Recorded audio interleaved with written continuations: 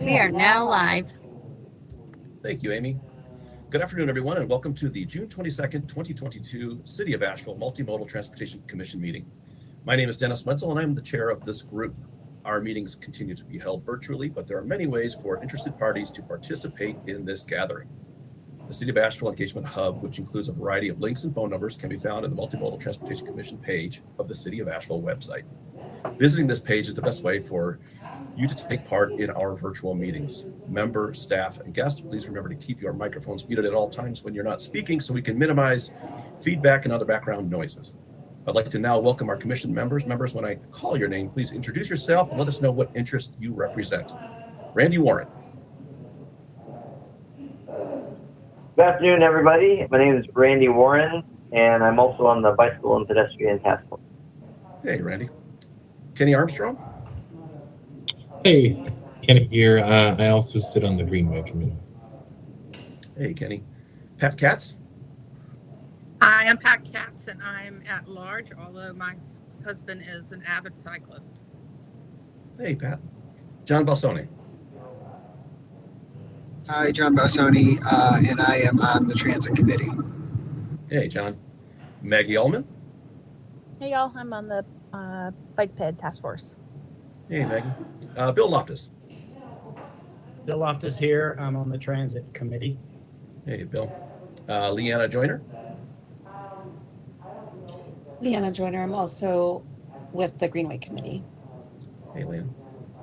Joe Archibald. Good afternoon, everyone. I am the Planning and Zoning Liaison to the Multimodal Transit Committee. Hey, Joe. And our newest member, Elizabeth Likas. Hi, everyone. I am the liaison to the Neighborhood Advisory Council, and glad to be here. Welcome. And Kim Rooney. Kim's been able to join us quite yet, but I'm sure she'll be on in a moment. Excellent. We'll move to our first order of business, which would be to approve our agenda for today. Could I get a motion to approve? I'll motion to approve. Thank you, Pat. And a second? This is Maggie. Sure, I'll second. I got a second from Maggie. We'll do a quick roll call. Randy? Aye. Kenny Armstrong? Aye. Pat Katz? Aye. John Balsoni? I think we had John there. There we go. I can hear the turn signal. Maggie Ullman? Aye. Bill Loftus? Aye. Leanna Joyner? Aye. And I'm an aye as well. Motion carries. The next order of business is to review and approve the minutes from the April 27th meeting. Could I get a motion to approve?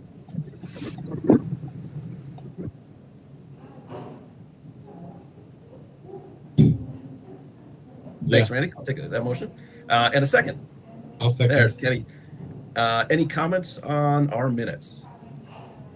This I is have one. Leanna. Oh, go ahead, Elizabeth. Elizabeth?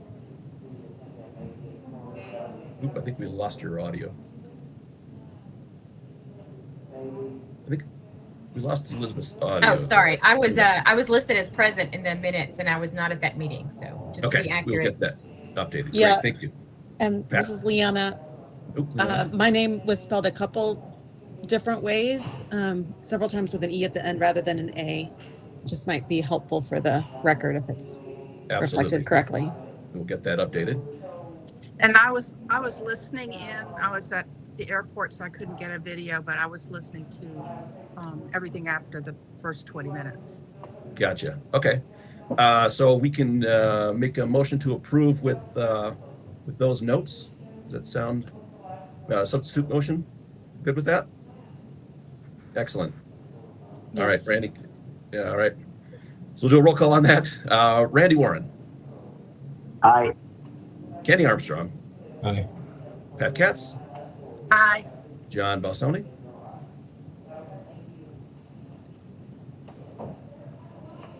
Maggie Ullman. Aye. Bill Loftus. Aye. Deanna Joyner. Aye. And I'm an aye as well. Motion carries. Great. All right. The Next item is new business, the Avery 363 Hilliard project, additional right-of-way closure. Jessica.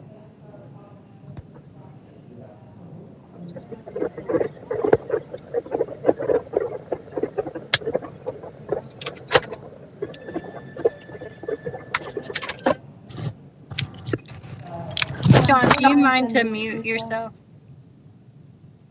I got it. Thank you.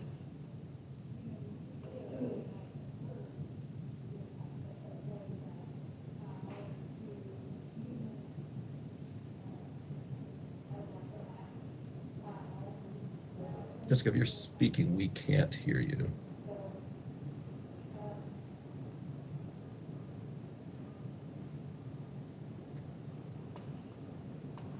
Okay, sorry about that. Can you hear me now? Yes, perfect. Thank you. Okay. All right. So if you recall, several months ago, I brought forward a right-of-way closure request that was associated with the Avery project. And the timing was a little wonky because our meeting was the day after the council meeting, and the council had denied the Avery project zoning request. And so for that particular right-of-way closure, the Multimodal Commission and staff had recommended that it not be approved. And then following that, the council met again and approved the project and approved the initial right-of-way closure request with that project. So this is actually a different right-of-way closure request associated with the same project, and I'll walk you guys through it. It's relatively straightforward. So it's the same applicant, Delray Ventures, and it is on the same property as what we talked about before. So as I mentioned, the project overall was approved on March 8th, and then the initial right-of-way closure, which was rear Klingman Avenue, was approved by the council on April 26th. The one that we're looking at today was not closed at that time because neither the applicant or staff thought that it was necessary. And it turns out that it actually is needed for them by their title company, as well as the North Carolina Department of Environmental Quality. They're getting some brownfield remediation funding through that department. And they also have indicated that this right-of-way needs to be closed. So we're here. The red boundary is the Avery project property. The green line towards the top was rear Klingman Avenue. That is the one that was previously closed. And the one that is before you today is in orange. And it connects to Pearl Street, but it doesn't have any connection through the parcel. And so that is what they're seeking to have closed at this time. I also have in here their site plan, which is also linked in your agenda, so you can take a closer look. And you can see this red hatched area towards the bottom right. That is the area that is the unopened right-of-way.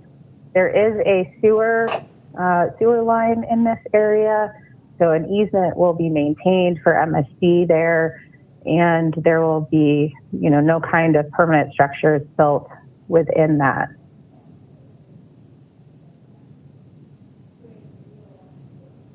So the project overall was reviewed by the Technical Review Committee, which is the staff level review committee, and we discussed that right of way, but it was more in regard to the MSD easement there. But I also spoke with DSD last week, and they did not believe that it needed to come, that the right-of-way closure request needed to come back through TRC. They felt like it was fine for it to just go ahead and go to multimodal and then on to council. And so both DSD and transportation staff see no issues with this requested closure, and we recommend approval by the MMTC. So I have a proposed motion for you guys, but I'm also happy to answer any questions. Great, thank you, Jessica. Does anyone have any questions for Jessica on this item? Ooh, Randy? So, I'm sorry, but Jessica, so just in terms of background, I know it was very unusual that the Avery project came back up again to council so quickly and then was approved. And they approved the right-of-way closures even though staff and Multimodal had recommended not to have that closed because we didn't have plans and we couldn't do anything of the final project. But so that just seems unusual, odd, and it makes me a little questionable whether this is proceeding in a way that is normal. And so is everything, I guess two things. One thing is I don't know if you can explain it at all why that did not follow the normal procedure, but also two, do we feel confident that things will follow the normal procedure from this point forward? Because it certainly hasn't up to now. Mm-hmm. Yeah, it definitely was, I'll say, different. And the reason that we didn't recommend approval, so when the council, prior to the council meeting, when the project went through TRC, planning and zoning, all of that, the staff was in support of the project and we were in support of the right-of-way closure. However, when it went to council and the council denied the conditional zoning, we, at that moment in time, which just happened to be the day before your meeting, then at that moment in time, the project was quote unquote dead. And so technically at your meeting the next day, there was no project anymore. And that's why we recommended denial at that time. So when the council sort of reversed their decision several weeks later, then the project was revived, and therefore, I think staff's original recommendation was still there. So from a technical standpoint, staff didn't have any problem with the project, and there was no real issue with the site plan or the right-of-way closure request. The reason that council initially denied it was they were unhappy with the level of affordable housing included in the project, which didn't really have any bearing on the design of the project at all. So it was a little bit confusing, the timeline, but it was just a weird timing situation with council meetings and y'all's and MMTC meetings. I don't know if that helps explain it. Well, yeah, I think it does help some. One thing I know, talked about sidewalks and how that corner was going to be designed, and that was not that we were bargaining certainly with them over this, because we're not allowed to do that, but I'm wondering, did we get the things that we were hoping the project was going to do to improve the street and the multimodal aspects of that street corner? Did those get included, and is that still part of the project? It is, yes.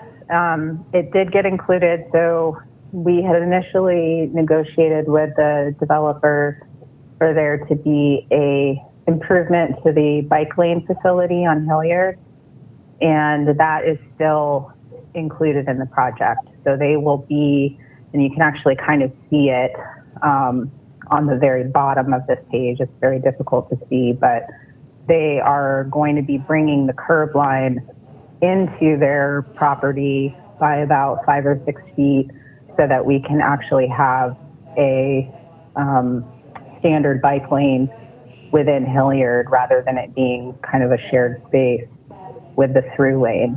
So that is still happening, and that is part of the overall project when it moves to construction. Great. Thanks so much for. Any other questions? Definitely. I've got one. So what happened to the original right-of-way we voted on before? Is that still open, or did they say anything about that? No, it was closed. That went through the council process. It just didn't come back to multimodal between there was not an additional time to bring it back to multimodal and then go back to council. So the city council closed the right of way, the green line that's showing up on the top left corner.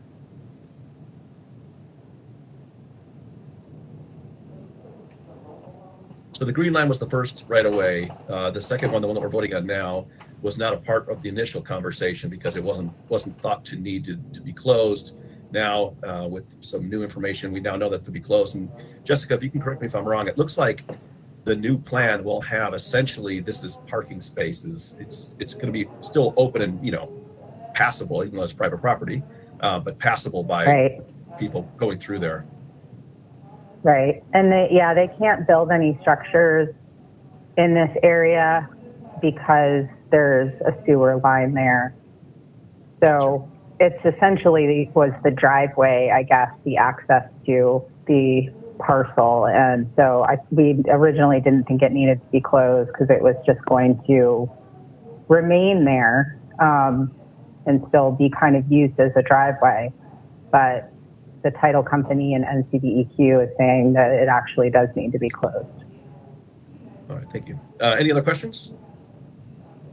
Without other questions, we can entertain a motion. Does anyone have a motion?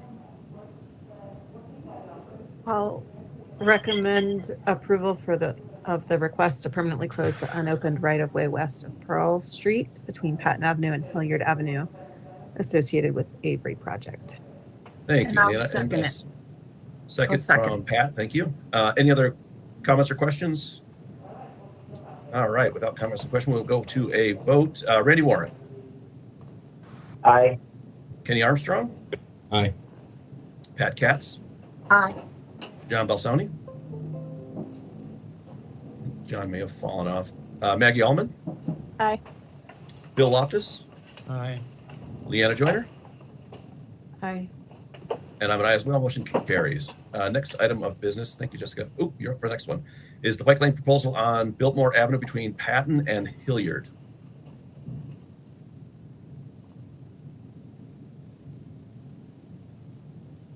I don't think we're hearing you again, Jessica. Maybe. Okay, sorry, I need to switch and share this tab. Okay, so it's possible that we've spoken a little bit about this previously, but it's also likely that we haven't.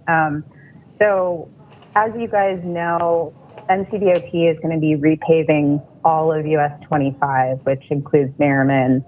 It includes the Broadway section through downtown that then turns into Biltmore and continues down Biltmore Avenue. And we were very, very focused, of course, on the Merriman part and working with DOT to achieve three-lane conversion there. And so what we hadn't really spoken a whole lot about was that we'd been engaged in discussions with DOT for the last couple years about the possibility of adding bike lanes to the section of Biltmore Avenue between Patton and Hilliard. And we weren't as focused on that because DOT was very supportive of the idea. And so we've gotten to the place where they wanted us to just ensure that we've done some public outreach and gotten some input on it. Essentially, what we're talking about is in the southbound direction, if you recall, there's currently 2 lanes going southbound. And then in the northbound direction, there's 1 lane, but it's a kind of a really wide lane. So we can in fact include 2 dedicated bike lanes in there if we drop one of the southbound lanes. So this is just a very rudimentary concept sketch of what that would look like. The parking and loading zones, all of that would remain as is. We are planning to do some business outreach and property owner outreach in the coming weeks to talk with them about it, mostly to get some input on if they want any loading zones or parking restriped, because all of this is going to be restriped as part of NCDOT's repaving process. So I just wanted to mention it to you guys, answer any questions, and see if you guys had any input. You know, I think that the pros of this are that it would ultimately will be connecting to the college patent bike lanes, and it will be connecting to the existing bike facility on Hilliard. So we're trying to make these connections when we can. And, you know, one concern that I have is that there will be this facility right next to on-street parking. So there is a potential dooring issue or conflict. And unfortunately, we can't really get much more than a 6-foot width, but we felt like it was better to have something rather than nothing. And there's not any expected issue as far as traffic congestion or backups or any of that. So we felt like this was a good connection for us to make. It is recommended in the Asheville in Motion plan that Biltmore Avenue have bike lanes. So we are trying to follow that as well. And the downtown master plan has several goals and objectives regarding trying to make bike connections throughout downtown, though it doesn't really speak specifically to any particular roadways within downtown. So, you know, the other thing that we're not proposing to work with DOT on this, but what we are hoping to do is in the future look more closely at the intersection of Biltmore and Patton and Broadway, kind of at Pack Square, and perhaps reconfigure some of the curb lines either permanently or just in sort of a tactical urbanism kind of way with paint and bollards and plantings. But take a look at the south, let's see, no, I guess it's not really south, but this western corner, and perhaps bump it out to shorten the crossing distance across Biltmore and have some additional pedestrian space in this area. But that would be a future project, likely in cooperation with Asheville on Bikes. But right now the goal that we're looking at is to put in these bike facilities on Biltmore. So I just wanted to get y'all's input, see if you had any questions, and if you, I didn't write up a motion, but if you are supportive of the installation of bike lanes between Patton and Hilliard on Biltmore, I think it would be a helpful thing for us to be able to pass along to DOT. Great, thank you, Jessica. Randy, you have a question? Yeah, it's surprising. I know that. First of all, thanks so much for thinking about this and putting it in, because I fully agree that we need to put bike lanes every possible place that we can that will work from a safety standpoint. And yeah, I mean, right now that one lane doesn't even operate as a lane as it is. So having a bike lane, I don't think will really affect traffic too much there at all. You said that, so I'm fully endorsing this. I think we should again put bike lanes every place we possibly can. You said that DOT was repaving all of 25. So I'm wondering if that extends all the way down McDowell. And I'm hoping it does, because in the Biltmore McDowell study, we specifically recommended doing a 4-to-3 conversion, and this would be a perfect opportunity to do that as well. So I'm hoping that they'll say, yes, we're going to repave that as well, and we can get bike lanes soon running, you know, the whole length of that corridor, because now it's sorely needed. Thanks for that, Randy. I think I misspoke. I meant to say that all of 25 down to South Side, which is where I believe it then turns west towards, and then 25 is on McDowell. And so that part of US 25 is not included in this repaving.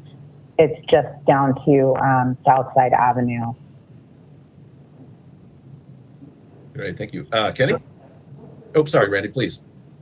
or is that it's all been, so if they're already repaved on the south side, is that a 4-lane, or Biltmore is 4-lane there, right? So, so can we start talking about a 4-to-3 conversion for that section of the road and put bike lanes in there too? So we tried to, well, we discussed whether or not we could do bike lanes all the way between Patton and Southside, and DOT had some concerns about the Southside intersection, Biltmore Southside intersection, and they wanted there to be a lot more congestion analysis, level of service analysis, and we just were not able to get there. They are not planning on implementing that 4-to-3 lane conversion on Biltmore or McDowell, I think, until a future project and funding comes up. So they would not allow us to extend the bike lanes all the way to Southside.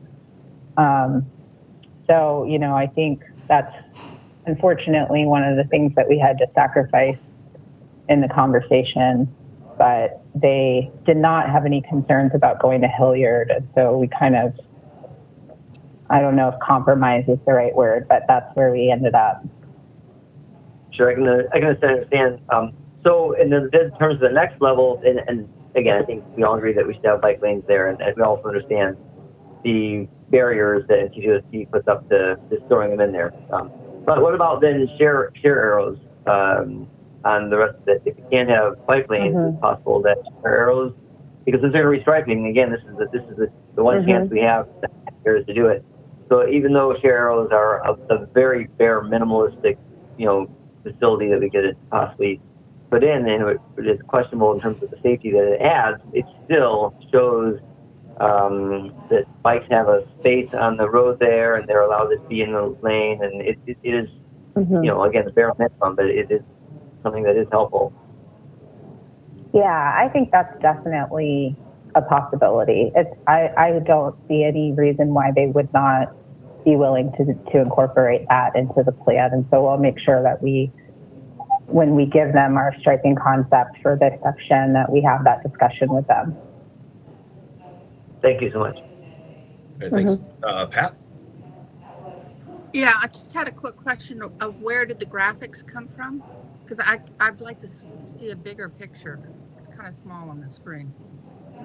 Oh yeah, I can forward this to you guys. David Hazard he was formerly in our planning department, now is in the capital projects department. He's the one that made the drawing for this intersection, and so I'd be happy to forward this to you guys. I meant to link it to the agenda, I just didn't get the chance to do so. Great. That would be helpful. Thank you.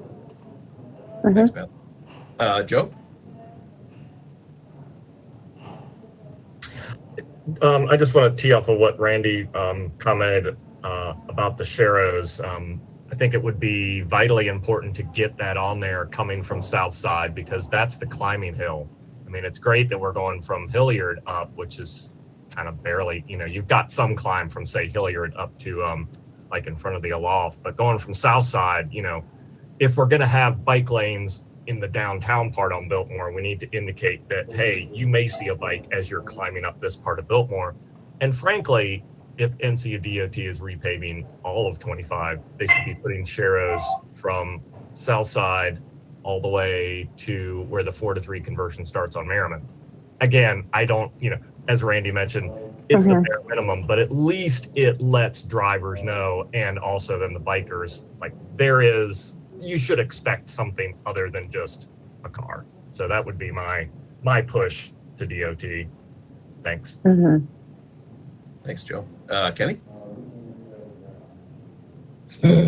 Yeah, I just wanted to say that when I first heard about this project, I was picturing like a 5-foot climbing lane. So I'm really happy that it's 6-foot lanes on both sides. That's pretty awesome. And Jessica, I applaud the city's efforts to work with DOT on these things. Resurfacing come up all the time, and I feel like it's only recently that y'all have started to say, hey, this is an opportunity to rethink some paint, and a little paint restriping goes a long way. So thank you for doing this. Of course. Thanks, Kenny. Elizabeth? Yes. Several people actually asked some of my questions, but I had a couple more come up. Jessica, when is there an approximate date for this, the bike lane and the repaving of 25? I'm not sure if Chris Cairns is here, engineer. I know he's had some more recent conversations with them. I know that they want to do the entire resurfacing from before the end of the year, is my understanding. I don't know if we have any more specific information yet, but obviously this project as a whole is going to have quite the impact on downtown while it's happening. So we are going to be working closely with DOT to get an understanding of what their phasing and their traffic management plan is, and be getting that kind of information out as well, just to all of the downtown businesses, well, and everybody really. So it's going to have quite an impact in general, but I think it's going to be coming up within the next several months would be my guess. Thank you. And Yes. I was going to ask about the term Sharrows as a newbie, but I figured it out. So thank you for a new term in my life. Sure. Chris, do you have a better info on the timing than I do? I have a little bit. You're generally correct. I spoke with the construction project manager yesterday, and he said right now their plan is to start work. He estimates around September, but that depends on some other things happening with Merriman plans and things like that. So right now their contract, the contractor that's working on US 25 is finishing up down in the Biltmore Village area, and they're going to relocate to I-40. And when the plans are ready, they would then hop to the parts from south side northward. And the plan is for nighttime work. Okay. Thank you, Chris. Sure. And so Sharrows, let me see if I can, Sharrows is basically the painted symbol that you sometimes see on asphalt, where it's meant to say that vehicles and bicycles are to share the lane. So when there's not a dedicated, separated bike facility, oftentimes you'll see Sharrows in the road as a advisory to vehicles that they need to be sharing the road with bicycles. And it's not the ideal type of bicycle facility, because it's not really a bicycle facility. It's more of a communication tool. Excellent. Bill? Yeah, Jessica, how do buses integrate with a plan like this? Do they often unload in the bike lane, or do you find a space in the parking area for loading and unloading a bus? So they will load and unload in the bike lane. Well, they will pull into the bike lane because they do have to get to the curb. And so they will temporarily block that bike lane while they're loading and unloading passengers. Generally doesn't really have a huge disruption on traffic.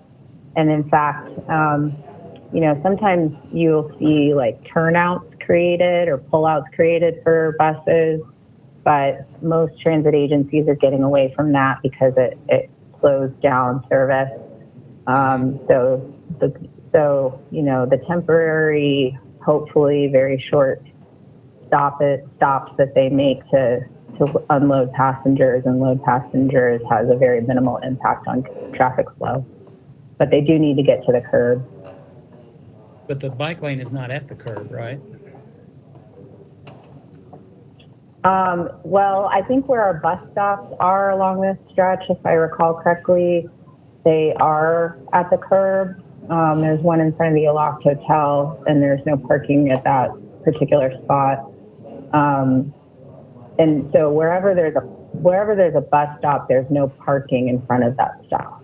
And so they are able to get to the curb. Yeah. So they are kind of pulling over to the curb, out of traffic, and I guess across the bike lane to get to a spot where they can load passengers. Yeah. Okay. Actually, you can see on this picture the sort of far right side middle. There's a planting strip area, and then you can see the sort of the shadow of the bus stop or the bus shelter there in front of the aloft. So there's like a concrete bump out with a planting strip, and then the bus shelter is right there at the curb. So the curb actually pops out into the road a little bit there. Yeah, Okay. exactly. Yeah. All right.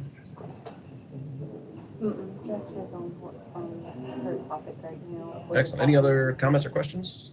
I got one quick one. Jessica, so I was, one of the comments that's brought up is, extending down to Charlotte and South Street. I think the volume that's going up and down those 4 lanes would allow that. So I think the Sherrills are a good step. And I wonder is there any way that, so the section that we're talking about, is there any way where we can move the bike lane next to the sidewalk and put the parking, like kind of how we did on Cox Avenue?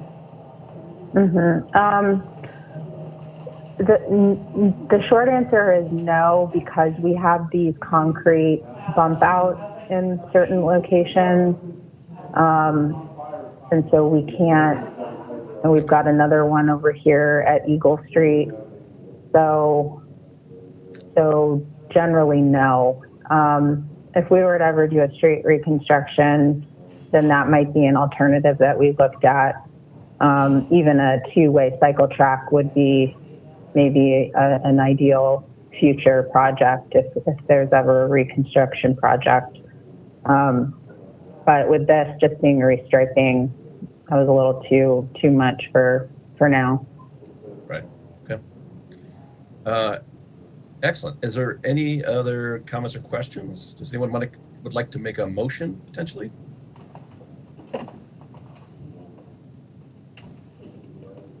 Randy. Sure. I'll motion that we encourage bike lanes on every street possible in the entire city of Asheville, including repaving projects such as this on US 25 as it goes through downtown, specifically on Biltmore between Patton and Hilliard. Excellent. Could I get a second to that motion? I'll second it. Thank you, Pat.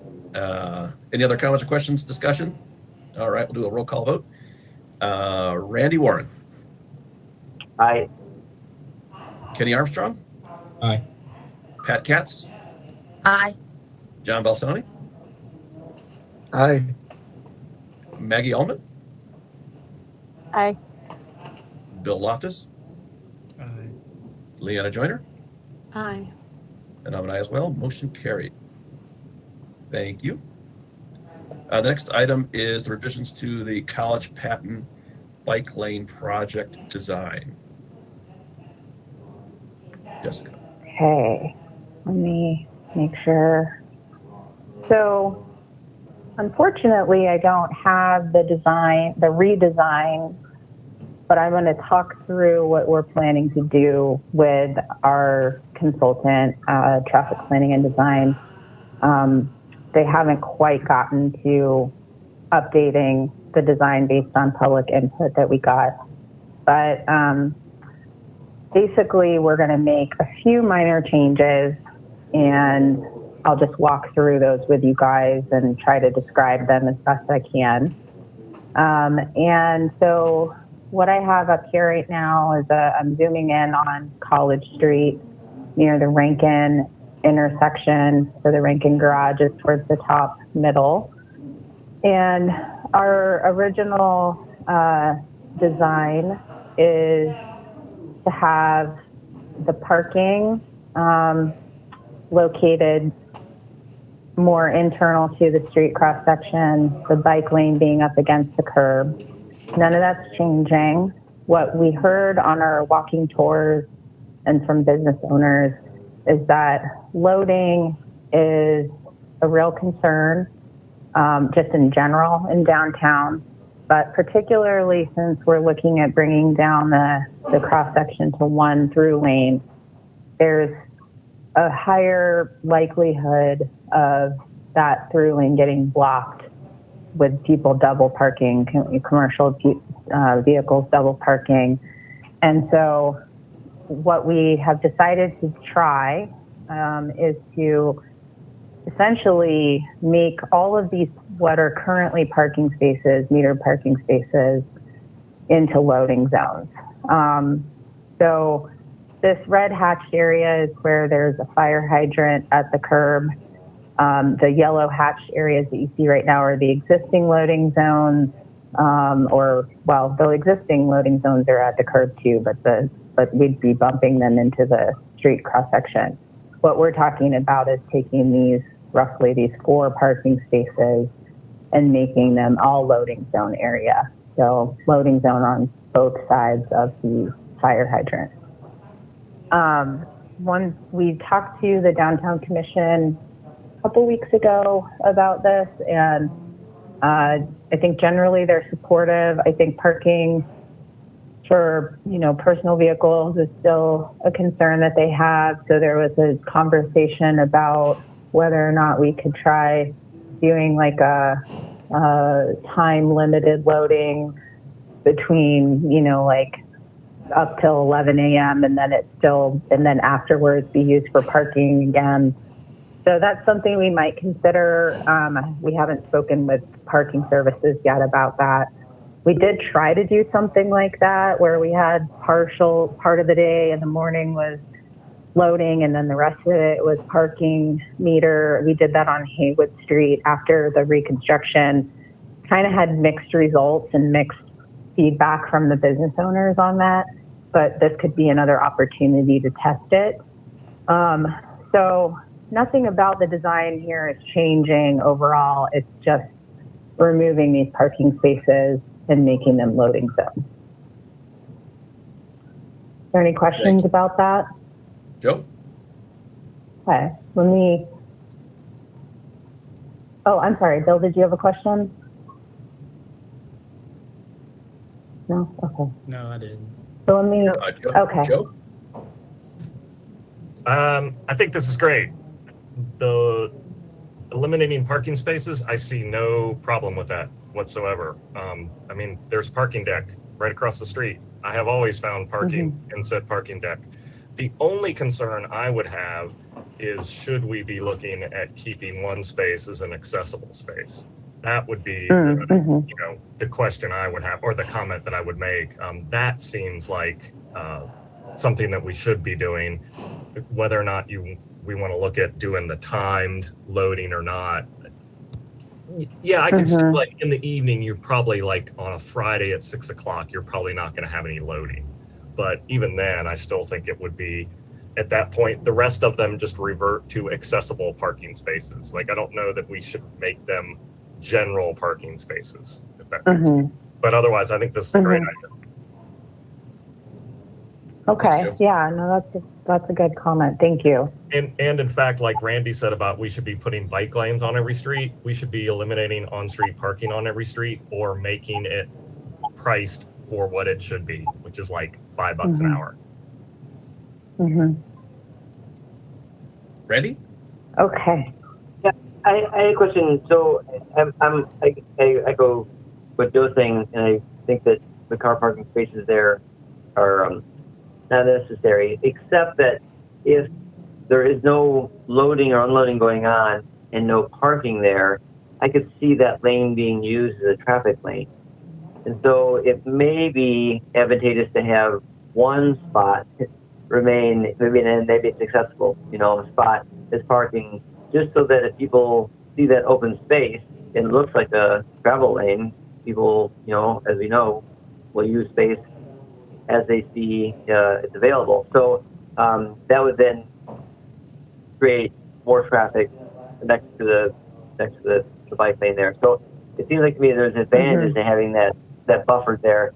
And so I guess I actually think that accessible parking, at least for one spot, is maybe a good idea for that, because then that would prevent people from using that to get by on other traffic lately.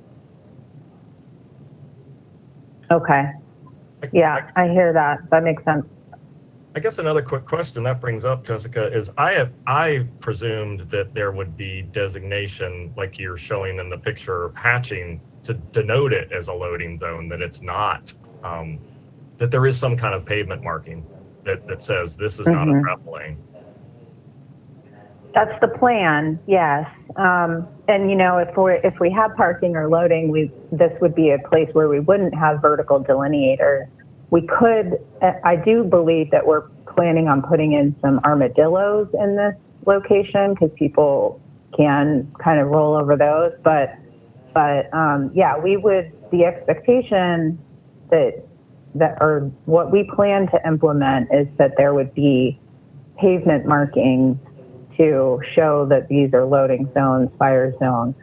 But as you know, people, if there's no vehicles in those spaces, then they could potentially end up in those spaces and using them, moving through them.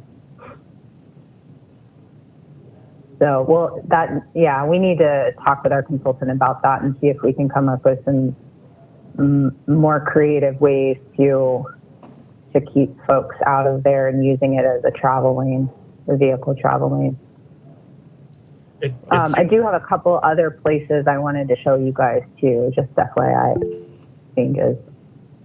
I was just going to say real quick, it seems like if there's something, whether it's vertical delineators, but right there, just kind of to the right of your screen where Lexington is, so like if you're coming downhill, you don't think, oh, this is an open extra lane, like there's some way that really delineates that. And then if someone's trying to use this as a lane to get around, holy crap, they need to be, well.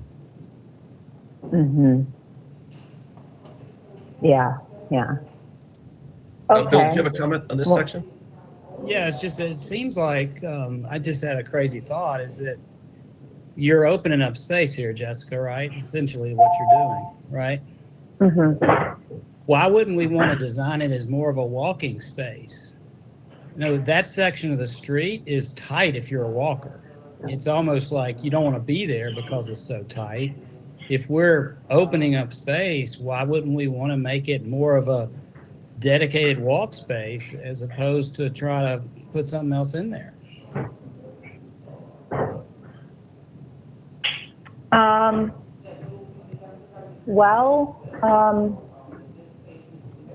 That's a good question. I don't know. Well, first of all, we're not moving the curb. We're not making the sidewalk itself any bigger. I wish we could. I wish we had the funding for that kind of project. So this bike facility, I suppose people could walk in it, although that wouldn't necessarily be encouraged. And I'm not sure, I don't know, I'd have to think about that more, Bill. It's an interesting thought. Well, think about it. It just, to me, that's a bit of a dead section from a walking perspective. If there's ways to open it up and make it more desirable, I think that would benefit downtown. Yeah, it's kind of like our previous item where we talked about the curbs and stuff. And if I had a lot more money, I think we'd be looking at a overall different design here. And right now we're just trying to spend $100,000 and get some bike lanes in, but trying to think through what a multi-use sort of path would look like, and I'm not sure. I have to think about that. All right, just from the left field here. Thank you. Left field's always good. So let me go real quick to the patent side and let you know about the change here, which I think you guys will probably like. So this is Patton, basically between Haywood, which is on the far left, and then Church Street towards the bottom, and then Lexington is off to the right. You can't quite see that in this photo or in this diagram, but Here you can see that we have in the original design, we had the bike lane coming to the east, and then the idea was for it to transition more to the center of the street, where it would be adjacent to the parking. The parking would remain on the curb. What we heard through our walking tours and in conversations with our consultant, ideally, we wanted to have the bike lane be up against the curb, just as we have it designed for College. But initially, we were thinking that there's the lobster trap parklet there, and that, to try to accommodate that, we could just have the bike lane swing out and around. And we had some conversations with the lobster trap. They're okay with taking down their parklet. In fact, they're only using it on the weekend. So what our new design will be is to put the bike lane back up against the curb and have it be, and have parking on the outside, essentially mimicking or copying the configuration you see on College. They also were very interested in having additional loading. So we have talked about making these parking spaces into loading zones and have at least one ADA accessible parking space as well. So that's what we plan to have in the redesign. Maggie? First off, this is awesome. I've seen these updates. I was able to do both the walkthroughs with the businesses, and this is just really responsive and thoughtful. And I love, just the flexibility. So on this one, which was a tricky stretch, if the bike lane is against the curve, what happens on the next block when it is essentially close to the turning lane? Great. Okay. Let me see. Oops, hold on. Yeah, so I'm on that road. I pass Lobster Trap and the skate shop, but I'm going straight. What my experience to transition. So I basically like at the Lobster Trap to get in the center. Is that what I'm seeing all the way to the left of the image you're showing? Yes, and you're gonna have to forgive me because I cannot remember for the life of me what we decided with what we decided with TPD on whether or not it would come back out into the middle between the turn lane and the through lane, or if we were just going to keep it up against the curb and make. I really apologize. I cannot remember. I will follow up with them and I can email you guys the answer to that question. Yeah, I guess just a 2 cents I would add is that we're having to train riders on a couple new, methods to like move from side to side that like as streamlined as possible and as less differentiation on a block by block basis, so that riders aren't thinking or having a really long learning curve would be really lovely. Those are my 2 cents. Thanks for addressing my question. Yeah, let me make a note of that. While you do that, Jessica, Randy, do you have a comment? Well, yeah, just that it's completely normal to have bikes move to the right of a left turn lane. So that would be consistent with other spots throughout the city and throughout the country. So to have the bike lane stay to the left of the left turn lane generally presents more of a hazard for cars turning in front of them. So it would be consistent to have even a curved lane, bike lane, move to the right of a left turn lane and it leads straight to the intersection. You don't think it would I'd be surprised if that's how it's be designed. like hard for people to track that? It shouldn't be because it's where it is every place else. And if it would have been designed that way in the walkthrough, I think I would have said something about it. So I don't think it was.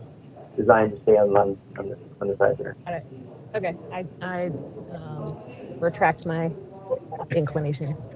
And just to comment on that, we should have paint, right? That's going to, show the bike lane. So the paint would go like kind of how we have going down, coming up to Klingman.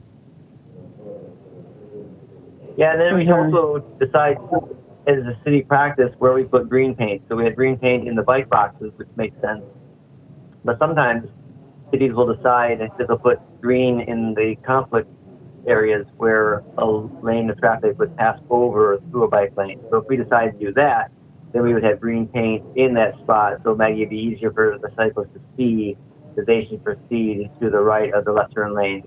And so green paint oftentimes we use there. But whatever we decide, though, we should be consistent with it throughout the city so that we're putting, again, to your point, Maggie, that we're putting the same message forward every time that situation occurs so that they become used to doing something that's the safest thing. Because I'm going on an assumption, and maybe this is a bad assumption, but like, we're going to get a lot of tourists on these bike lanes compared to others. And again, maybe that's an assumption, but like someone who like rents a bike and stays at a hotel and just like making it as intuitive or consistent as possible for safety purposes. So I don't really know the way to do that, but that's just like a concern I want to support. But I think, I mean, ultimately, like, it was an extremely thoughtful design to begin with. I really appreciate how responsive you are to what the businesses were asking for. There's another block that I'm curious if you covered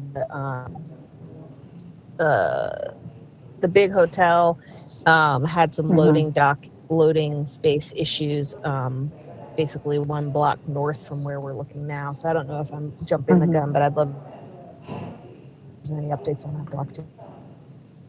Yeah, so I would say that this is the one location where we unfortunately can't address the Eris's concern without completely changing the design. So this aerial doesn't show the completed Eris project, but this big block here is the Eris, and so their primary loading is occurring on, I don't know if you can see my cursor, but it's basically on the south side of College, closer to the Lexington intersection is where the existing loading zone is.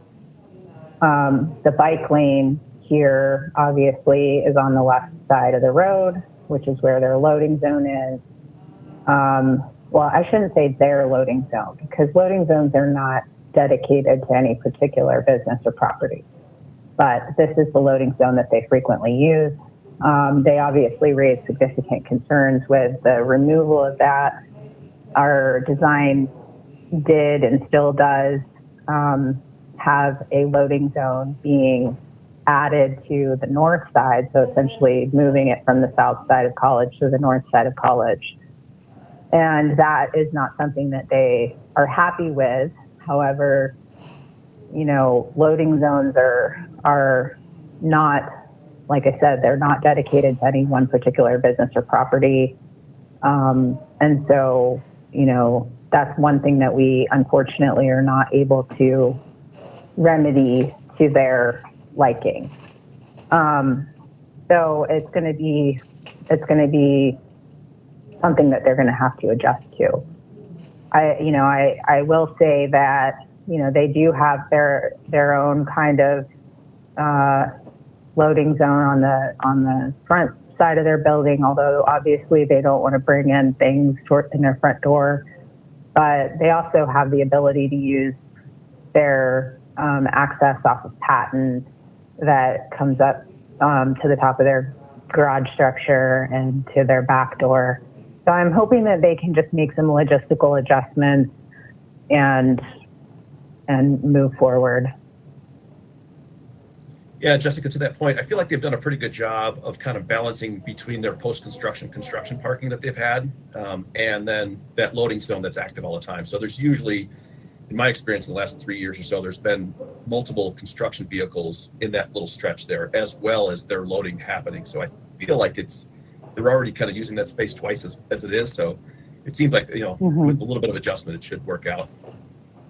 I hope so.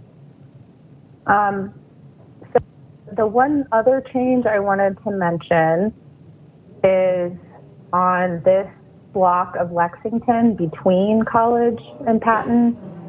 So our original design had included a bike lane in the uphill direction, and we are proposing to remove that and essentially leave it as it currently is.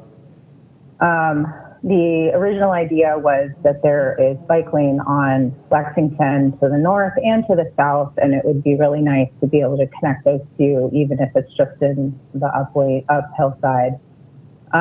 However, in order to do so, what we'd be doing is removing there's existing left-hand turn lane from Lexington going northbound, turning westbound onto College Street.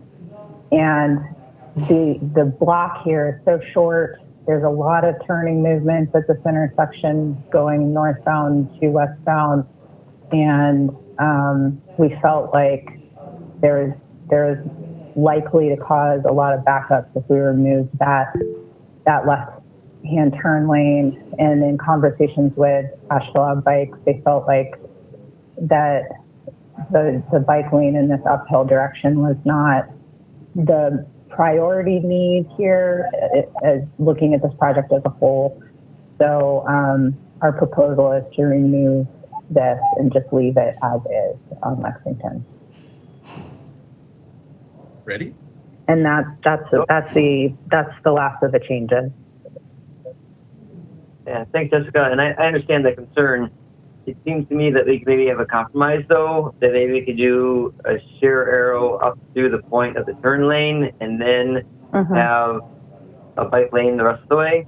That way it would continue visually the markings through, like you said, the north and south of this block is bike lane. So it would provide just a visual cue that it does continue. And we have share arrows right on the northbound side of that, too. So I think that that way then we're actually making our bike network connection on this street where otherwise we're dropping. And it seems like to me we want to have as many connections as possible. So it's not ideal, but it's better than having nothing at all. Okay. I can bring that up with TPD and see if they think that that's something that could be accommodated.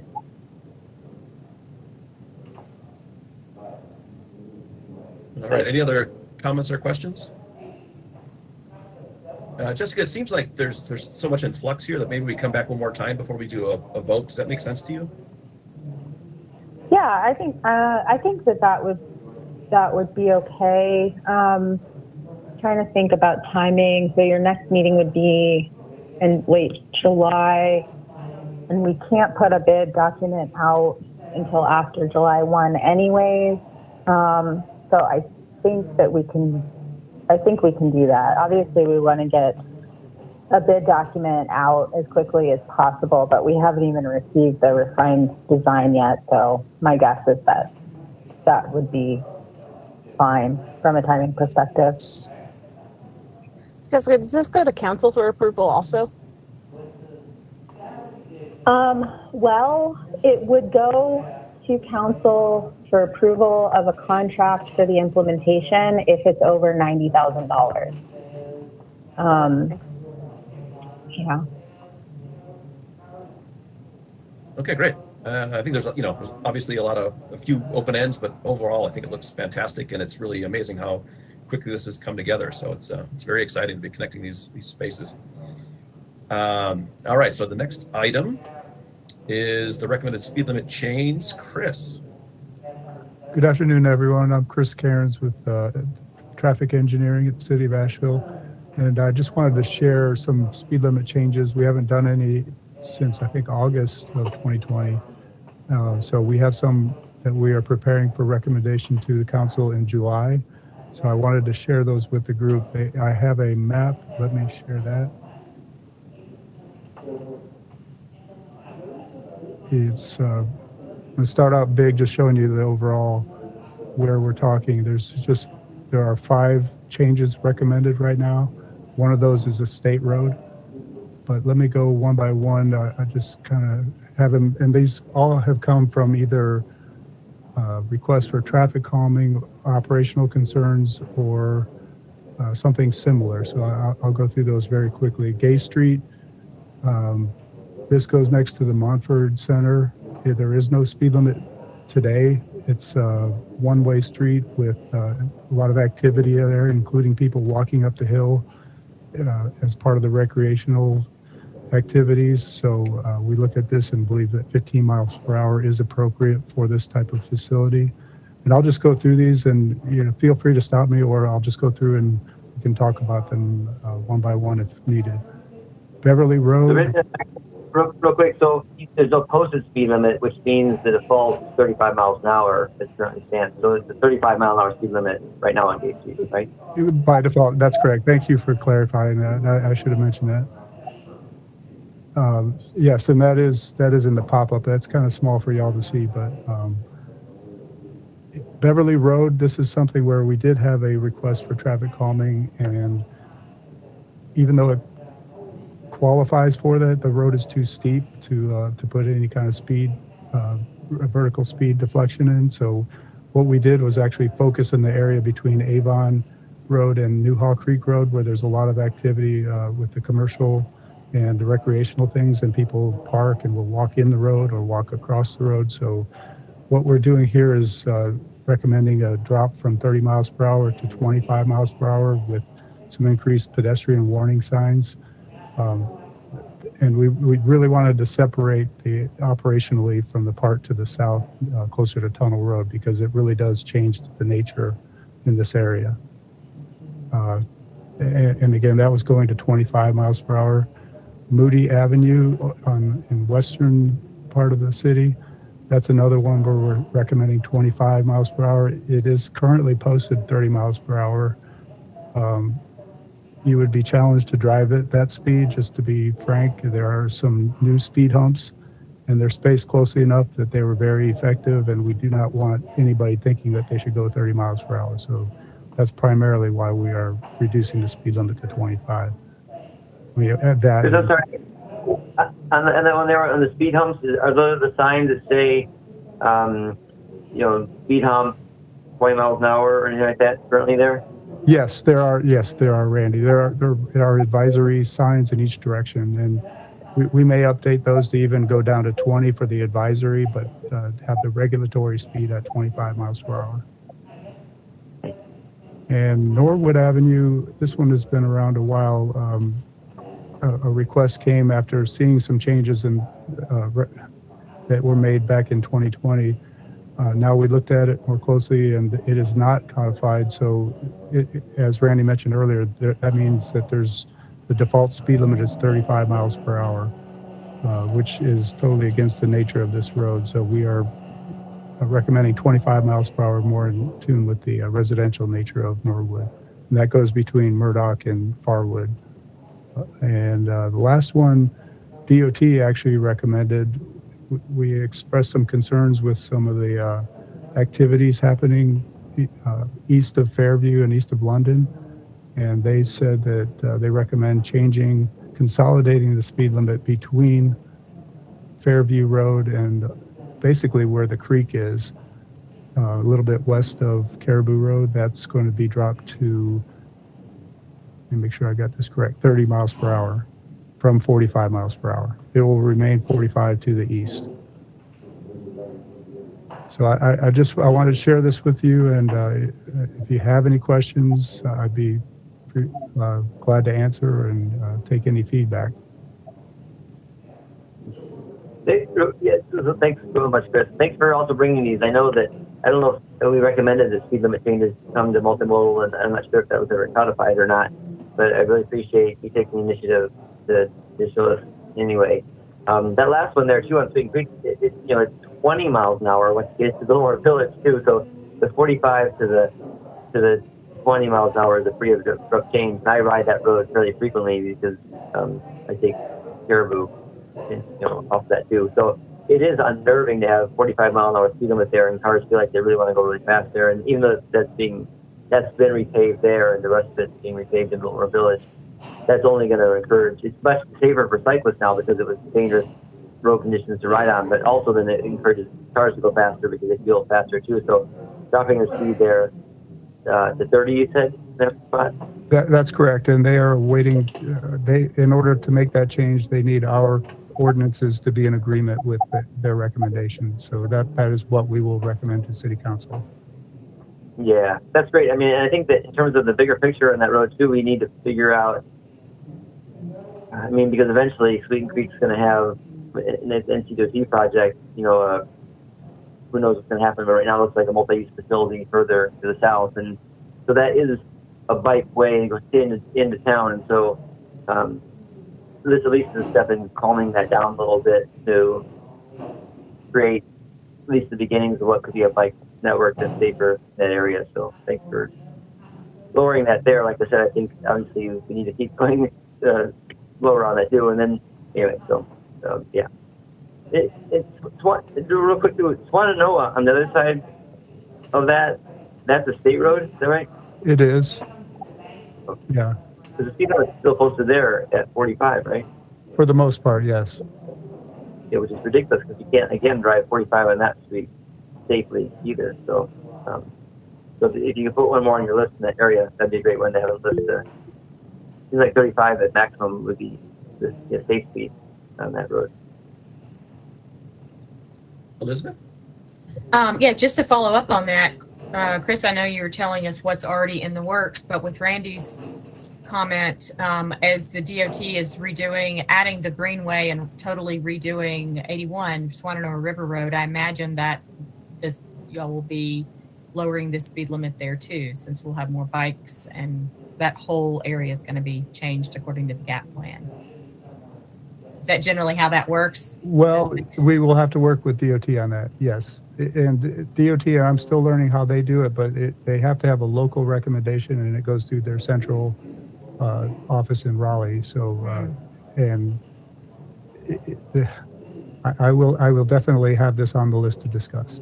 Because I've driven it myself and it's like, how are you driving 45 through these curves? But and currently we don't really have pedestrians, and the bikes are in such a dangerous spot on that road. But if they're going to redo it and add the Greenway, that just seems logical that would be another speed limit reduction.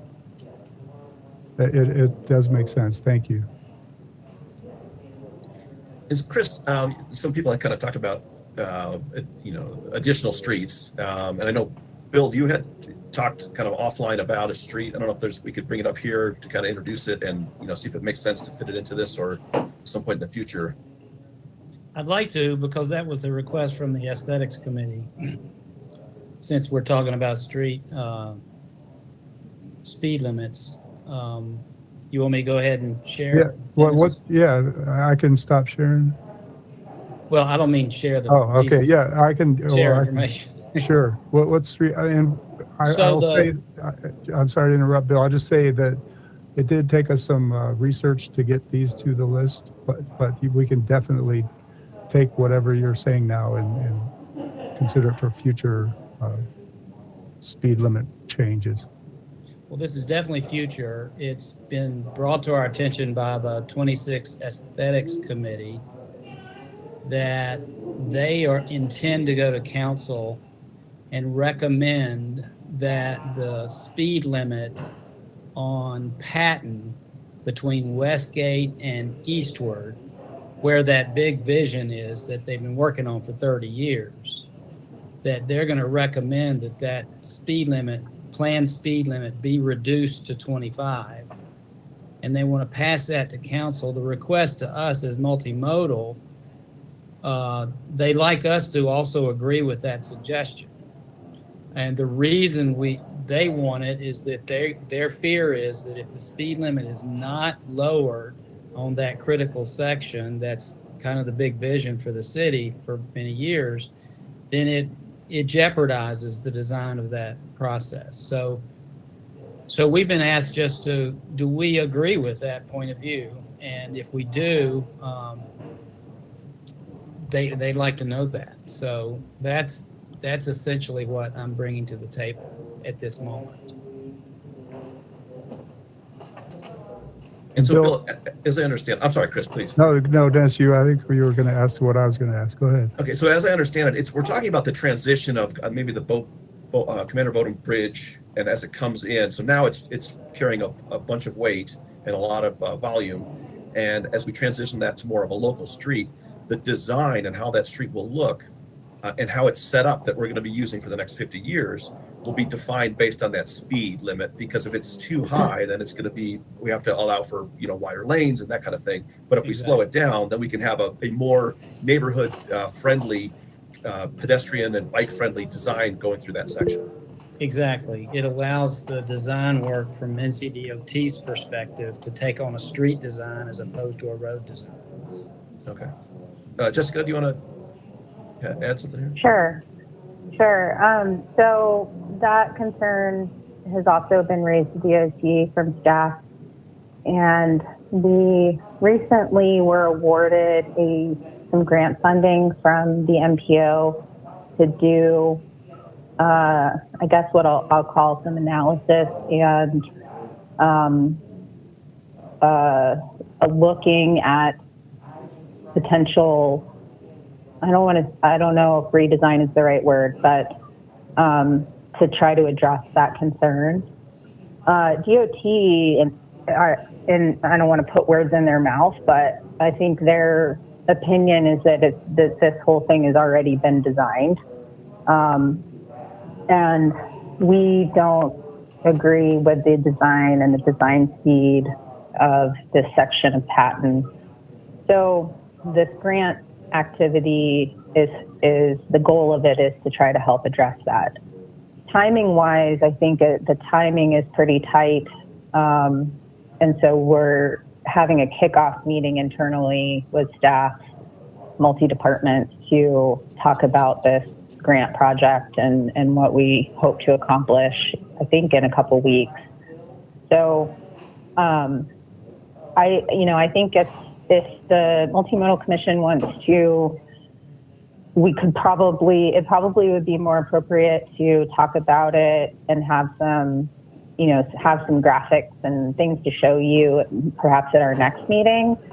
And so we can have a more fully fledged out discussion. I can also bring the scope of work for that grant to you guys so you can see what it is that we're hoping to accomplish through that project. Would that be okay? Jessica, do you think it'll be enough time? Is that going to slow us down too much? Do you think it's still, I know it's already compressed, so I'm just worried that we're putting too much pressure on, that short amount of time. But do you think we can, if something came to us next month, we could then approve it and still kind of keep the ball rolling so we don't lose the opportunity to affect that design that's happening? Oh, no, not at all. I mean, we haven't even started the grant project yet. And from DOT's perspective, they already designed it. What we're trying to do is get them to change it. And so the grant project was we applied for the grant through the MPO, and we had multiple conversations with DOT headquarters about it, because we communicated to them that we do not like the current design and do not like the current design speed. They agreed that we could move forward with this grant project to do additional analysis and look at the design more closely, including the intersections that will be new intersections that will intersect with the new Patton Avenue. So they know that we're doing this project, and they know that we have significant concerns about it. So I think that the timing is fine. We're just going to be working on this grant project in a pretty compressed time frame, but I still think it's going to be at least like a 6 to 8 month endeavor. Yeah, and I want to make sure that I'm communicating this right.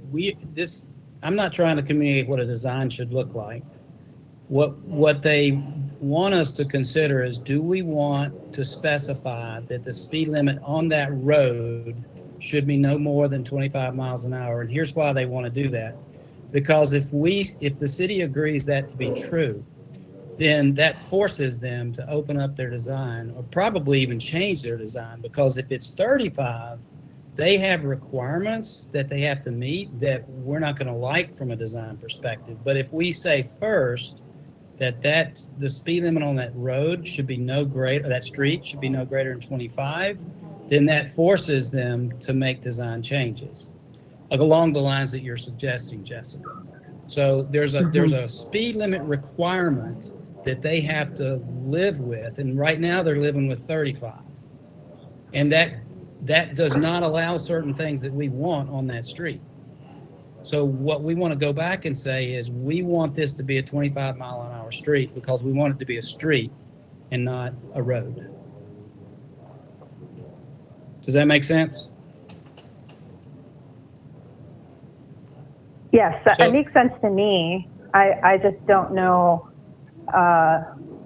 if we have to do that today or if we can wait until next month. We've been asked to do it today because it's going to be taken to the next council meeting. Their resolution is going to be taken to the next council meeting, and they'd like to be able to say Multimodal agrees with this. Mm-hmm. So I'm willing to propose that we agree with the proposed resolution by the I-25 Aesthetics Committee to reduce the future speed on Patton east of Westgate to 25 miles per hour. So I propose that.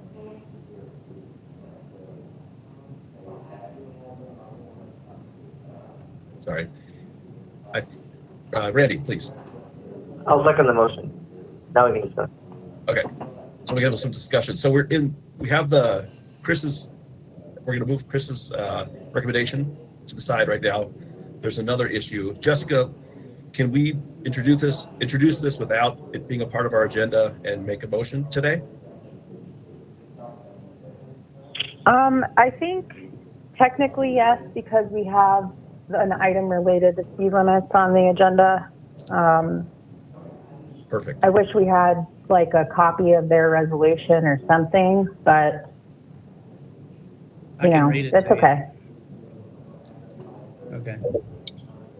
Bill, I think it's important to include design speed in that motion somewhere, to tie design speed to the speed limit, because we don't want an over-designed road with a low speed limit because people are going to blow past that speed limit and then enforcement's an issue.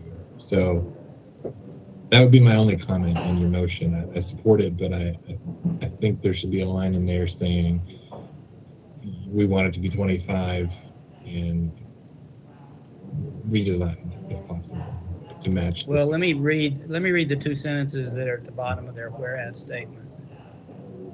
Be it therefore resolved that the proposed speed limit on Bowen Bridge and east of the bridge on Patton Avenue be 25 miles per hour, period. The second sentence says, be it also resolved that the speed limit transition from 45 to 35 at Florida Avenue and from 35 to 25 at Westgate intersection. So that's the nutshell of their resolution. Does that meet your needs, Kenny? I think or is there so, something else? Because it's 20 downtown, so we're trying to get it from 45 down to 20 in a natural progression. Oh, you need it to be 20. Well, it becomes 20 once you hit downtown. Okay, so there's another transition, it sounds like, from the 25 to 20. Okay. I don't know what to do about that. I don't think we have to do anything because it's already there. So The 20 exists into town. So if we get it down to 25, like on the bridge and a little past, I think once you get to Klingman, it turns to 20. So. But Kenny, are you also asking about like the actual design of the road and the width and the realities of open space, as it were, related to likelihood that could even be adhered to? I mean, I heard that in your initial comment, and so but I don't know that the two whereas statements recommended are really fully getting at that second part, which is really how the design aligns with the recommendation around speed. Well, right, because if DOT is designing this road for 35, like Bill said, they're going to make certain decisions about, you know, curves and lane widths that adhere to their parameters, making it easier for people to drive faster than 25 miles per hour, and thus people will drive faster than the speed limit. So setting a speed limit lower than a design speed sometimes, you know, leads to speeding and doesn't really address the issue. Design speed is more important than speed limit sometimes because it's all subconscious. You know, if the road is designed for slow speeds, you drive what's comfortable, not what the speed limit says. But I think it's fine to have a multimodal motion saying we support a lower speed limit, and then let DOT and this new grant-funded project figure out the proper design for that. Okay, I think, any other discussion? Okay, so we have a motion and a second. Without any other discussion, then we will do a roll call vote. And get my list. So, Randy Warren. Aye. Kenny Armstrong. Aye. Pat Katz. Aye. John Balsoni. Aye. Maggie Ullman. Aye. Bill Loftus. Aye. Leanna Joyner. Aye. And I'm an aye as well. Okay, that motion carries. So we have that motion for the transition. Let's go back to the discussion that we were having. So Chris has completed his presentation. Can I get a motion to approve the recommended speed limit changes? I'll make a motion to make the speed limit changes as per the Chris's presentation today. As presented. Okay, great. Can I get a second? Leanna, I second. Second. Thank you, Leanna. Okay, now do we have any other additional comments or questions or discussion concerning the speed limit changes? All right, without discussion, we'll go to a vote on that item. Randy Warren. Aye. Kenny Armstrong. Aye. Pat Katz. Aye. John Balsoni. Aye. Maggie Ullman. Aye. Bill Loftus. Aye. Leanna Joyner. Aye. And I'm an aye as well. Okay, that motion carries. Chris, thank you for that. That's awesome, and you're probably going to get a lot of suggestions on what other roads we can revise going forward. All right. Thank you, everyone. Thank you. Okay, the next item, we have some unfinished business items. Jessica, do you want to go through them just as you have information for us? Let's see. Honestly, I don't really have any major updates other than I can mention, kind of related to the retreat and next steps and the bullet point related to functioning regional transit system. I'm in the process of putting a memo together for the city manager's office. As my personal recommendations on how to move forward in working with the county to do a transit master plan or a transit study that the purpose of which would be to get a ballot measure on the ballot in 2024 for a transit quarter-cent sales tax. It's something that we talked with the transit committee at their last meeting about, and basically, our major need for transit is to find new and sustainable funding sources that are not the city's general fund. And so the best hope of doing that, in my opinion, is to obtain the quarter-cent sales tax. And I think in order to do that, we need to work with the county to look at what a quarter-cent sales tax would do, what kind of services and facilities in particular are necessary to achieve that, all with the intention of having a ballot measure in 2024. So I'm putting this memo together to try to lay out some next steps. And my intention is to share that with the city manager within the next week or so. And then I think we can have a larger conversation about that at our next multimodal meeting in July. Excellent. Randy, do you have a comment? Yeah, so thank you so much. On the item that says bike share study update with e-scooters issues removed, I know that you have a staff person doing just 5 hours a week on that, but I know that there was a draft of that plan before we added in scooters.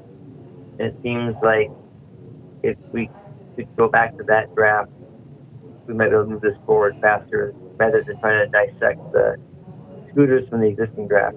It seems like, you know, I know it's not much time being spent on it, but the faster we get this done, the more quickly we can look for funding sources and start putting a program together. So I would just make that suggestion.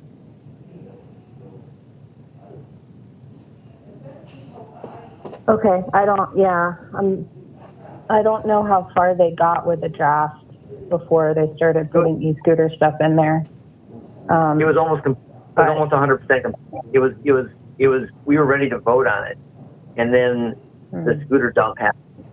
So if my memory is correct, it's like I think 100% done. It was, and it has the e-scooters. So it seems like that draft must be someplace, and it's almost complete. It's not complete. Okay, I'll take a look at that. Okay, and then circling back to the regional transit funding, there's been a couple of discussions offline with different folks. Bill, does that make sense? Is that in line with the item that you were talking about that you would like to add to our agenda? Do you feel like it's encompassed into what Jessica's addressing here? Yeah, that's the same topic, and Jessica's working on it. But heard from Transit, Jessica, it would behoove you if we had a motion to do that, but you're not quite ready to put forward such a motion. Am I hearing you right? Yeah, I typically want to be able to have a conversation with the city manager about such things and before somebody makes a motion. So that's all my request is related to is give me an opportunity to lay out my thoughts to the city manager and get some feedback from her and then bring it to you guys for your support when it's a little bit more shaped. If you got an elevator pitch on what it is you're going to talk about, or is it too early to ask for that? Sure. So basically what I'm putting together is it's kind of a long memo, but what I'm trying to do is lay out the issues, the major issues that we have with transit, and you know, and not just focusing on the issues of today, which include things like staffing shortages, but looking to what we need to do for the future in order to be able to not only sustain the system we have, but grow the system. Because right now, the city is providing the I'll say over 50% of the funding for the transit system out of the general fund, which is not a sustainable source forever. We can't afford to keep upping the amount of general fund support without significant other funding. And so not only is this a problem for operations, but our facilities are in desperate need. We have a garage that is 50 years old.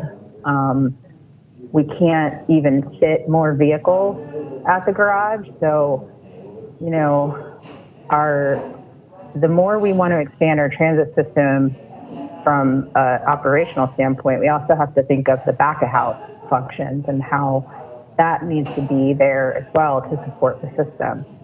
And we don't have funding for a new garage. We don't have funding for buying a piece of property for a new garage.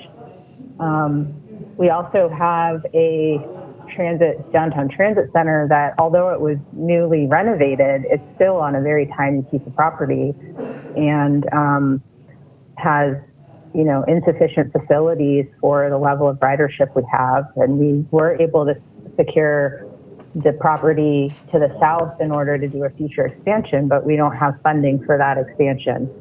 So it all kind of comes back down to funding. And we also have, I think, a lot of desire from a regional perspective to expand transit services into the county or some type of transportation services. And so for me, I think the clear next steps are that we need to work with the county and we need to find more funding. And so this memo is really an outline of the issues and what I think the next steps are in working with the county. And ultimately, whatever the outcome of working with the county is, it needs to be a plan that would likely achieve yes votes on a ballot measure. So it's a little bit nebulous of a concept, but I mean, the end point is that we really need to have a ballot measure that gets passed. And that would more than double our transit budget and would give us a lot more flexibility to build facilities that are necessary and expand our system into the future. But right now it's I don't think it's possible for us to do further expansion without those things in place, without that funding in place. Okay, thanks for sharing that. The 2 cents I'll add is I'd love to see a data point that said how much is transit as a percent of the city budget changed in the last 5 years. I don't know the numbers, you might, but my guess is it's pretty flat or it's gone down because our service hadn't really changed since we implemented Sunday service several years ago. So there's bound to be a relationship to how much we're actually funding transit. So the essence of your message is around funding, right? And so there might be a part of the story right there. Mm-hmm. Well, I mean, just real quick, so the city's support of transit funding has gone up by more than 4 times since 2016. So in 2016, they were spending, the city general fund was contributing about $1.8 million. And this year it's $6.9 million. So, and we did do a significant service increase in 2020.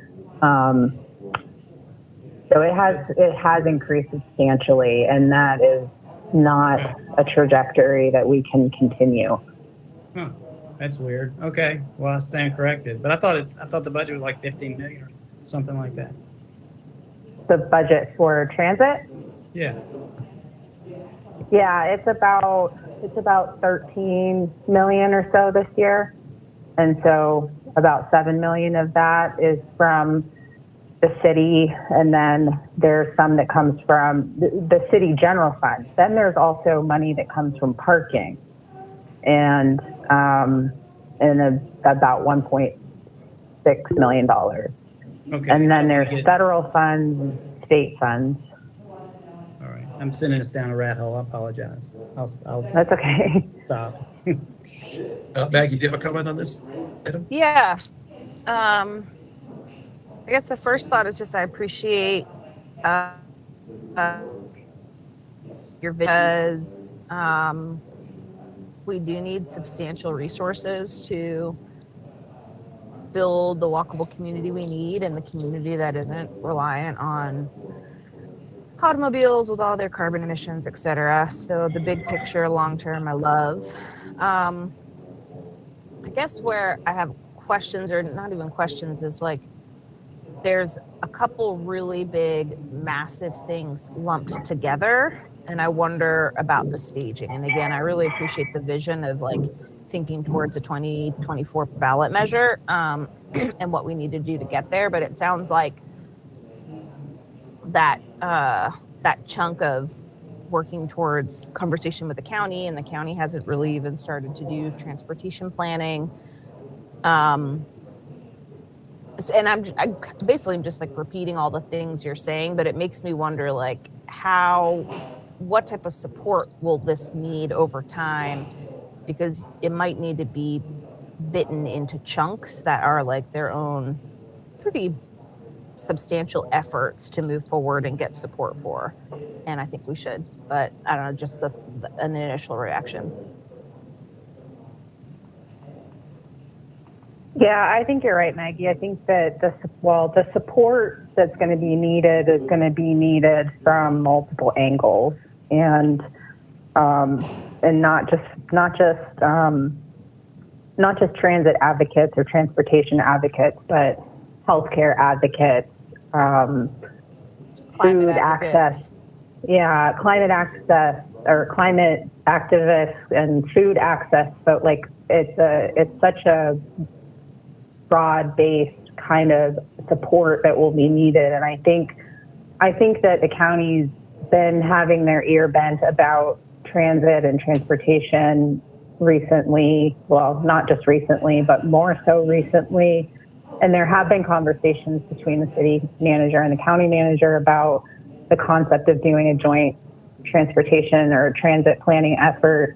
So I'm trying right now to just sort of get the ball going from conversations into some kind of action, which would include sitting down with them to put together some kind of scope of work, maybe having some joint workshops with commission and council to talk about what they would want to see, and ultimately having a budget to do a study. And that study would be what would hopefully get us to a ballot measure that actually gets passed rather than just a ballot measure itself. And that means like a financial plan as well as an operational plan. How would this new money be spent? How would this transit be run? Is it an authority? Is it a transit authority that's separate from the city and the county? It's a lot. Like all of that absorb. is a lot in 2 years. I guess it's 3 years. And I'm not trying to slow. I think we need vision, and we need vision fast, and just trying to think through the bites. I think getting it all down in an arc towards that end point in 2024 is smart. It makes me think of like looking at the Trust for Public Land feasibility study that the county just did to put their bond on the ballot in November. Like that was a very detailed and thorough, extremely technical financial analysis, let alone any of the programmatic stuff. Right. And there's a lot of programmatic stuff to line up too. So I'm excited that you're driving this forward. I think this is really exciting. Well, thanks, Jessica. We asked you for an elevator pitch, and then we put you on the spot for about 15 minutes. So I appreciate all the info. That's okay. Okay, so we're moving in now. We're about halfway through the fourth quarter here. We got something that we haven't done in a while, which I'd like to get to, which is the committee updates. If we can kind of roll through those, I feel like we haven't been able to do that for a while. So let's start with the transit committee. Transit committee folks, if you could kind of give us a background of what's happened the last couple of months.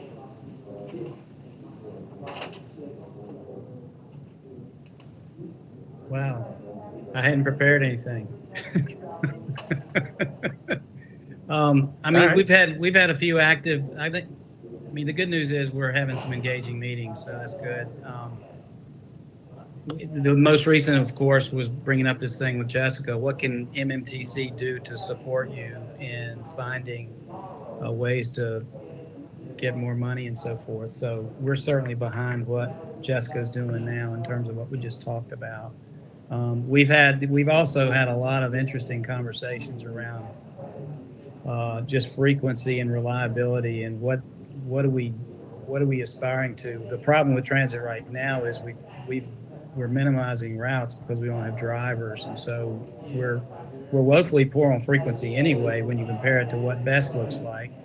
But when you cut service in half, or roughly half, that's incorrect technically, but basically go from 30-minute intervals to hour intervals to meet people often during the day, you're really hurting some riders, and they're compromising their lives. And so that's a big deal. The city's working on trying to fix it, but nobody's got any creative solutions other than keep working harder. So I don't know. That's kind of been the context of our meetings. John, you want to say anything else? Yeah, I think that, I mean, that's been the gist of it, that there's staffing shortages, and, you know, we've had to cut service. So they're working very hard to get fully staffed. It looks like they're working in that direction. Look, they've done some new hires in their training, but it takes some time to get people trained. And once they're trained and once they're hired and trained, and then they learn the routes, then they can, you know, we can maybe look at, you know, increasing service back to our frequency again. But yeah, there's a lot of challenges for transit. And then there's, you know, they're having to pay people more to attract people, so then it costs more.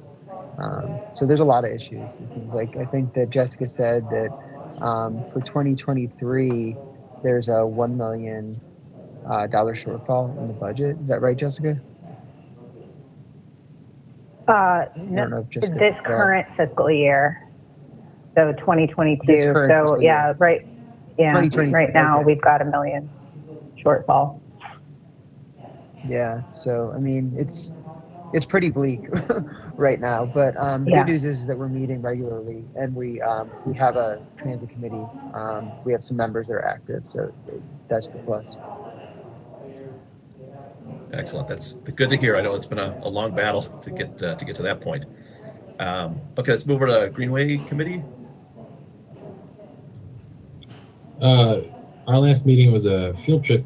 We kind of toured the new bike lanes on College and Patton, and provided a little bit of input to Lucy with the city staff, and ended up at a brewery. Greenway Committee is the best committee. It sounds like what is the update on the other side of the river? I haven't been able to go over there in a while. Lucy, are you on? I mean, they're working on it. I don't know what the updated completion date is. I know that there's Hey, this sorry, is Lucy. Everything is going smoothly with that Greenway project, and it should be over. The construction should be done by the beginning of August, I'll say, maybe the end of July if everything goes well. And we're going to begin planning a ribbon cutting ceremony. Excellent. That's great news. I know everyone's kind of looking over it. So I get some feedback from folks. So it's getting noticed. And I think it's going to get a lot of use, just like on the other side of the river. Anything else? Yeah. The city has an RF LOI out right now for the North Red Tip Wilma Dykeman extension. So the Greenway between the current terminus at White Duck Taco, further north, all the way to not quite to Broadway, but north along the river. So hiring a consultant soon to do the engineering for that. Excellent. Elizabeth? Yeah, I just have a follow-up question. Did I hear you, Lucy and Kenny, correctly? What part of the Greenway was supposed to be done by, going to be done by July or August? What's the section you're the talking one about? Across the French Broad on the west side, just south of New Belgium, that's currently under construction. So between the Belgium and New Belgium. Okay. I have questions about other parts of the Greenway, but they relate to our neighborhood advisory things. All right. Bike ped? Yeah, thanks. Sorry. So we this last meeting we had an Asheville paved presentation and a gap plan presentation, which are great to be able to get more of the information and keep up to date and be able to provide public input on those. One of the exciting things we have coming up, however, is that since at our last meeting, as somewhat reflected in the meeting minutes, but also in the recording, Ken has agreed to work with us on a maintenance plan for bike facilities in Nashville, because we took over, we approved, we added our endorsement to having meadow lanes, meadow roads, bike lanes. The shoulder right now is swept to the bike lane if the city takes over maintenance on it. And part of that conversation was that we would work with the city on bike lane maintenance plan. So not just an update in terms of like what the city's doing, but actually right now it's not enough. It's not good at all. So since Ken has made that commitment, we're going to take him up on it and start working on a plan to better maintain the bike lane in Nashville. So that's going to come up. We're working right now to get that scheduled, hopefully for the July meeting, but if not, as soon as possible. Excellent. Thank you very much. P&Z, I know Joe had to step off, so we'll get an update from him next month. Elizabeth, have you had an opportunity to attend a NAC meeting yet? Yes, I've actually been attending NAC meetings since last August. Oh, perfect. So yeah, I do have an update, just some things that are going on. We had our last meeting May 23rd, and the next one is this coming Monday, June 27th. We have awarded several neighborhood grants. A lot of the neighborhood associations were able to apply and get money for various projects. And so that's ongoing. There are applications on those that have their neighborhood association registered. We're encouraging everybody to look at that opportunity for something that you might want and something that is doable. And we have 2 new members that joined us to fill in some gaps from 28801 and 28806 zip codes. So we have all of our spots filled. We also are revising some of our volunteer of the year programs to do more of a monthly. There's so many people doing great things in neighborhoods around, and so we are going to change that structure a little bit. Our subcommittee is working on that to, rather than just pick one person for the year, have just every month people that are doing things in their neighborhood associations and strengthening neighborhoods. We are very concerned or curious and wondering about all the Greenway projects and when it's going to come to different neighborhoods that haven't yet seen any of that. And so we are trying with the GAP plan. I know Lucy came to one of the several neighborhood association meetings in the past several months, and Neighborhood Advisory Council that's where a lot of the questions are coming from is when are the greenways coming near us? I would love to be able to get some updates on that at some point and I'm not even sure who to go to because Michael Stratton was doing so much of that before. And the last, I had 5 things written down. Oh yeah, we're just, Bobette Mays is our chair right now, and we're really trying to push everybody on the Neighborhood Advisory Council to go to at least one neighborhood association meeting that is not in their neighborhood. We're really good at reporting in our own backyards, but not really going across the city and finding out what's going on in other neighborhoods to broaden that a little bit. So that's what we're doing. Excellent, thank you. And just on the Greenway updates, Lucy and the team have put together an amazing website or pages on our website, on the city's website, and they talk about the different projects, where they are in stages. A lot of them we're hoping to get, as like many things we do, hoping to get funded, but there's a lot of really good information about where it's going to go and some kind of preliminary routing in some areas. So I would point folks in that direction. It's fantastic. You kind of click through and highlight them, and it's really very good. And you can see, overall, there's going to be a network where things are going to be connecting and reaching out, tentacle by tentacle to each neighborhood, which is the focus and hope. So please note the staff updates, our list of projects, future agenda items. If there's anything that if anyone wishes to get added, just send it off, and we can send it to myself, Randy, and Jessica. We can make sure that gets on in the next meeting. Any other comments or questions or topics? Right on. With that, we'll adjourn the meeting. Thanks, everybody. Take care. We'll talk soon. Goodbye.